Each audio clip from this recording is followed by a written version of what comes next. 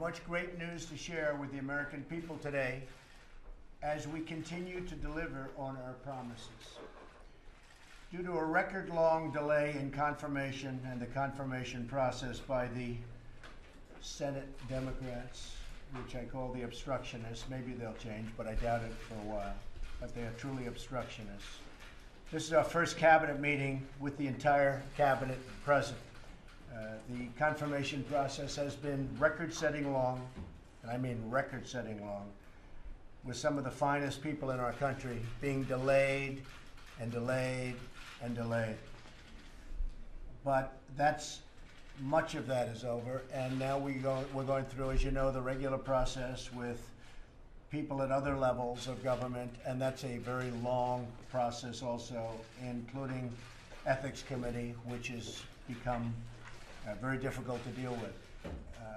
All of that being said, we now have our cabinet finally approved, and I want to welcome Secretary of Agriculture, Sonny Perdue. Thanks, Sonny. Secretary of Labor, Alex Acosta. Director of National Intelligence, Daniel Coats. Thank you, Dan. And U.S. Trade Representative, Robert Lighthizer. There's an incredible, talented group of people in this room. Generals, governors, congressmen, entrepreneurs, business leaders, and many, many others. I choose each person at this table, and I chose them not only because of their remarkable experience and success, but because they've all united by one shared goal. What they want to do is one very simple but very beautiful goal: serving and defending our beloved nation. Together we're working every day, and we've been working very hard together for our country to protect their safety, bringing back jobs into our country, and putting always America first. And when I ran, it was Make America Great Again, and that's what we're doing. Believe me, we're doing it, and we're doing it at a much faster pace than anyone thought. I will say that never has there been a president, with few exceptions, in the case of FDR, he had a major depression to handle, who's passed more legislation, who's done more things than what we've done. Between the executive orders and the job-killing regulations that have been terminated, many bills, I guess over 34 bills in Congress signed, a Supreme Court justice who's going to be a great one, going to be a great Supreme Court justice, and many other things. We've achieved tremendous success, and I think we've been about as active as you can possibly be, and at a just about record-setting pace. And we're achieving these goals by eliminating these job-killing regulations, unlocking American energy, rebuilding our military, pursuing fair and reciprocal trade deals, achieving massive reductions in illegal immigration, transforming the Department of Veterans Affairs, and building a new partnership among nations to defeat terrorism, which we have to do. In just a very short time, we're seeing amazing results. And in fact, there are a couple of major stories today in the newspapers about mines that are opening and the miners are going back to work. Actually, they're pretty big stories. People are surprised. It's kicking in very fast. More small businesses are planning to hire than at any point in over a decade. And last month, unemployment fell to its lowest point in 16 years. I recently returned from a trip overseas that included deals for more than $350 billion worth of military and economic investment in the United States. These deals will bring many thousands of jobs to our country, and in fact will bring millions of jobs ultimately, and help Saudi Arabia take a greater role in providing stability and security in that region. One of the big things that we did, and you're seeing it now with Qatar and all of the things that are actually going on in a very positive fashion, we are stopping the funding of terrorism. They are going to stop the funding of terrorism. And it's not an easy fight, but that's a fight we're going to win. You have to starve the beast, and we're going to starve the beast, believe me. Secretary Price has been working very hard to repeal and replace Obamacare. The House passed a bill. The Senate has it right now. Mitch McConnell is working very, very hard, as are the Republican senators. We will have zero backing from the Democrats, even though They should get in and do something, but we expect to get zero. If we had the greatest bill in the history of the world on health care, we wouldn't get one vote from the Democrats because they're obstructionists. That's what they want to do. That's the game. They think that's their best political game. They're looking to 18. So far, we've had 2 races, and we've won both of those races. They spent millions and millions of dollars, congressional races. We have another one coming up, and we've been doing very well. But they're obstructionists, and that's sad. But we are coming up with something that I believe will be very good, with zero support from the obstructionist Democrats. Sad. Secretary Mnuchin is helping us put together one of the biggest tax cuts in American history. It may be the biggest single tax cut in American history, and that also includes a great deal of tax reform, simplification, and other things. Director Mulvaney has led our efforts to introduce a new budget that cuts wasteful Washington spending and protects the taxpayer, and that will come out, and believe me, we'll take care of the people that have to be taken care of. So that's a first step, but we will be taking care of the people that have to be taken care of on a human basis. That's very, very important. Today, we're going to hear from Secretary Tillerson and Secretary Mattis on the ways that we're combating ISIS and defeating terrorism. We've had tremendous success against ISIS in our fight in the Middle East. We're doing very, very well.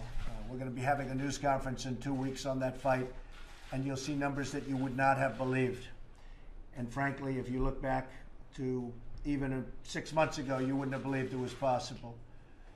Secretary Shulkin will give us an update on his tremendous work to make sure that our veterans are finally given the care that they deserve, one of the most important things to me on the campaign trail. We've also been strongly pushing for the passage of the VA Accountability Act to ensure employees of the VA can be held accountable if they fail our great veterans. It's passed the Senate, and the House is voting tomorrow. So tomorrow we have a big vote coming up, David, and I think we're going to be in good shape. But that's something that is going to be great for our veterans. We're also going to hear from Secretary Acosta about a major announcement that I'll be making later this week, expanding apprenticeships and getting our people back to work. Well, we have the lowest number in terms of unemployment in many, many years. At the same time, I've always argued with that number because it doesn't take into account millions and millions of people that have given up looking for jobs. And we're going to be doing something about that, and we're going to get those people back to work, and it's already starting in Ohio, and it's starting in Pennsylvania, and North Carolina, and South Carolina, and Florida. You see the numbers, and they're starting. I call them the forgotten men and women, but they're not going to be forgotten much longer, believe me. There are millions of good jobs that lead to great careers, jobs that do not require a 4-year degree, or the massive debt that often comes with those 4-year degrees and even 2-year degrees. These jobs require advanced skills and technical training, and we're going to start that. The apprenticeships, a very good word from the Trump standpoint, the word apprentice. Apprenticeships are going to be a big, big factor in our country. You have people with tremendous talent, maybe a mechanical talent, or maybe a talent for fixing an engine or a motor, that a lot of people that graduated high in their class at the best colleges in the world have no clue, and they would never be good at it. It's a different kind of an ability, but it's a great ability nevertheless. We're going to help get our young people the technical training that they need to pursue really exciting careers, and careers that they can make good money. They can really earn a great, great salary and maybe even open small businesses. If everyone in this room continues to do their jobs, then we can restore American prosperity and make millions and millions of dollars, and we can make for these people and the American dream come true. We're going to make the American dream come true for a lot of people that will not have had that experience without the election results that we had on November 8th. So we're here to change Washington, return power to the people. We're here to give people a great shot at a great, great job, and even opening small businesses and employing other people. I look forward to hearing all of the reports from the different people in the room today. We have done, as I said, about as much as anybody ever in a short period of time in a presidency. That's despite tremendous opposition from the other side. We have done something that's very special. And you see it in the economic numbers, because the economic numbers have been incredible. One just came out, almost $4 trillion in worth has been created in the stock markets of our country. You just take a look at that. 700,000 jobs have been created in a very short period of time since the election. 700,000 jobs. If we would have said that on November 8th, nobody would have believed the number. If we would have said that almost $4 trillion in the stock markets has been created, everybody would have laughed at us. They would have said, oh, that's ridiculous. But that's what it is. So we're very proud of it. We have a phenomenal team of people, a great group of talent, and we are really now seeing the early fruits of their labor. Some of them won't be able to kick in because statutorily you have to wait periods of time before you're allowed to do the final. We'll be having some major legislation very soon on the dumping of steel in our country, which is absolutely killing our workers and our steel companies. We're going to be having some very major legislation on the dumping of aluminum and various other things into our country, which is killing our workers, and we'll be announcing that very soon. So I think what we'll do, most of you know most of the people around the room, but I'm going to start with our Vice President. Where's our Vice President? Our Vice President. There he is. And I'll maybe start with Mike, and we'll just go around and just, you name your position, and then we'll ask these folks to go back and have a good day, and we're going to discuss our various reports. Mike? Thank you, Mr. President, and just the greatest privilege of my life is to serve as Vice President to a President who's keeping his word to the American people and assembling a team that's bringing real change, real prosperity, real strength back to our nation. Thank you, Mike. Mr. President, it's great to be here and celebrate this group. We are receiving, as you know, I'm not sure the rest of you fully understand the support with law enforcement all over America. They have been very frustrated. They are so thrilled that we have a new idea that we're going to support them and work together to properly, lawfully fight the rising crime that we're seeing. It's an honor to be able to serve you in that regard. You set the exact right message, and it's being responded. The response is fabulous around the country. Great success, including MS-13. They're being thrown out in record numbers and rapidly, and they're being depleted. They'll all be gone pretty soon. So you're right, Jeff. Thank you very much. Alex? Mr. President, I'm privileged to be here, deeply honored, and I want to thank you for keeping your commitment to the American workers. This week is a full schedule for you, focusing on the American worker. We're very excited at the Department of Labor, and the apprenticeship program that you're going to be announcing, I think, is going to make a real difference. So thank you. Thank you, and congratulations. Thank you. Mr. President, honored to be on the team. This last week I had the great privilege to represent America at China at the Green Energy Ministerial. Good timing.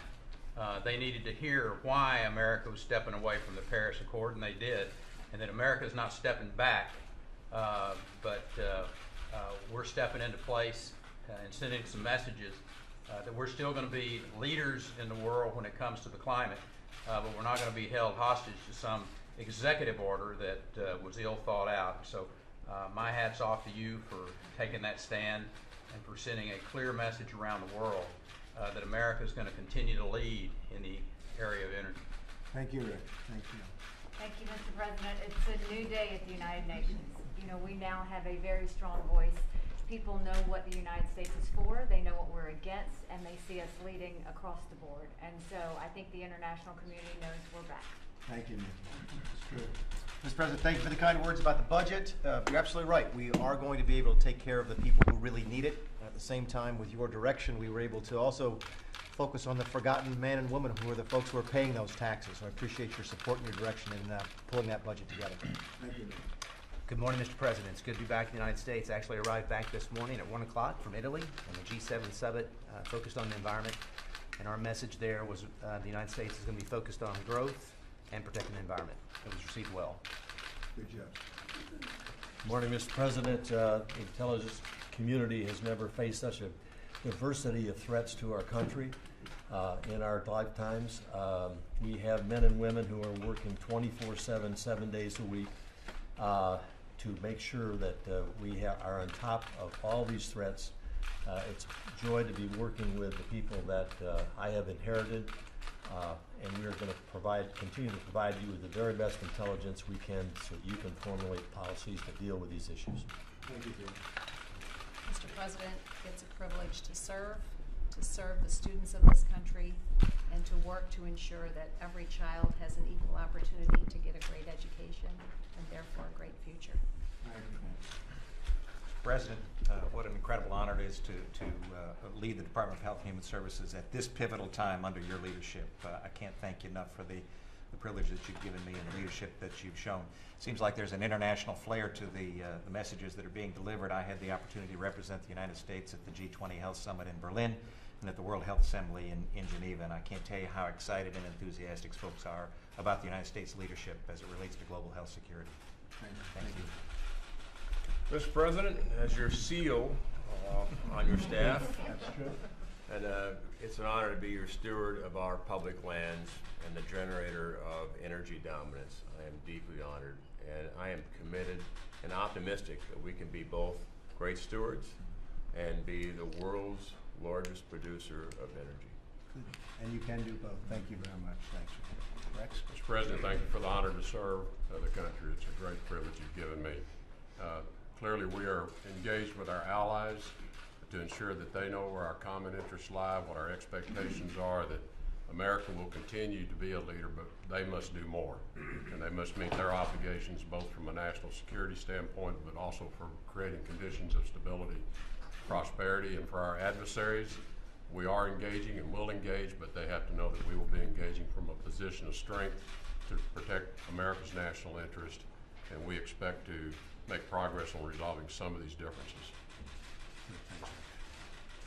Mr. President, it's an honor to represent the men and women of the Department of Defense, and we are grateful for the sacrifices our people are making in order to strengthen our military, so our diplomats always negotiate from a position of strength. Thank you. Thank you. Mr. President, thank you for the opportunity to help fix the trade deficit and other things. The other countries are gradually getting used to the fact that the free rides are somewhat over with. They're not happy with it, but I think they have a growing recognition of it. So I'm thrilled to have a chance to help you live up to your campaign promises. Good. Thank you, Wilbur. Mr. President, last week was a great week. It was Infrastructure Week. Thank you so much for coming over to the Department of Transportation. Hundreds and hundreds of people were just so thrilled, hanging out, watching the whole ceremony. I want to thank you for getting this country moving again and also working again. Thank you.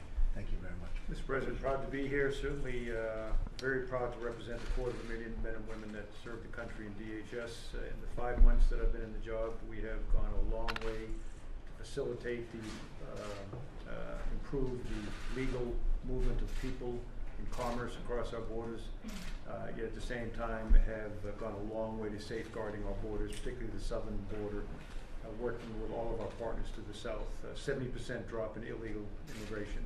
While we still welcome legal immigrants to the tune of over 1 million a year, we are no longer a friendly environment for illegal border crossers. Thank you. Mr. President, first of all, I apologize for being late for work. In about 4 months, I got bogged down in that swamp that you've been trying to clean. I also have traveled. I just got back from Paris, where we met with the OECD and the WTO both, and the message was similar to Wilbur's. It was, deficits do matter, and ours are coming down. I should be here. I know they are. Good morning, Mr. President. Thank you for the opportunity to serve at SBA, and I can tell you that as I haven't been traveling internationally, but I've been traveling around the country, and what I'm continuing to hear is this renewed optimism from small businesses, higher than it's been in about 16 years. So those people returning to the workforce, a lot of them are because small businesses are creating new jobs. So loan portfolios are up, mentoring and our outreach with SCORE and our other programs are being so successful. So thank you. We're on a good trajectory and still a lot of work to do. Thank you. On behalf of the entire senior staff around you, Mr. President, we thank you for the opportunity and the blessing that you've given us to serve your agenda and the American people, and we're continuing to work very hard every day to accomplish those goals. Mr. President, it's an honor to serve as your CIA director. It's an incredible privilege to lead the men and women who are providing intelligence so that we can do the national security mission. And in the finest tradition of the CIA, I'm not going to say a damn thing in front of the media.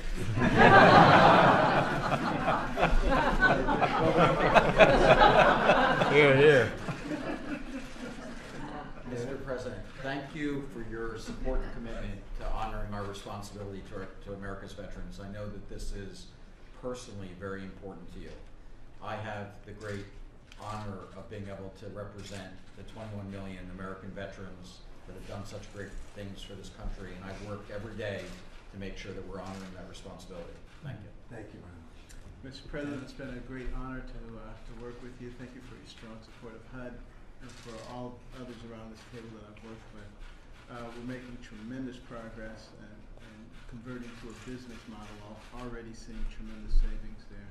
And this month is National Homeowners Month, and therefore I'll be ringing the bell on Wall Street at 4 o'clock, which means I got to leave at 12. Thanks.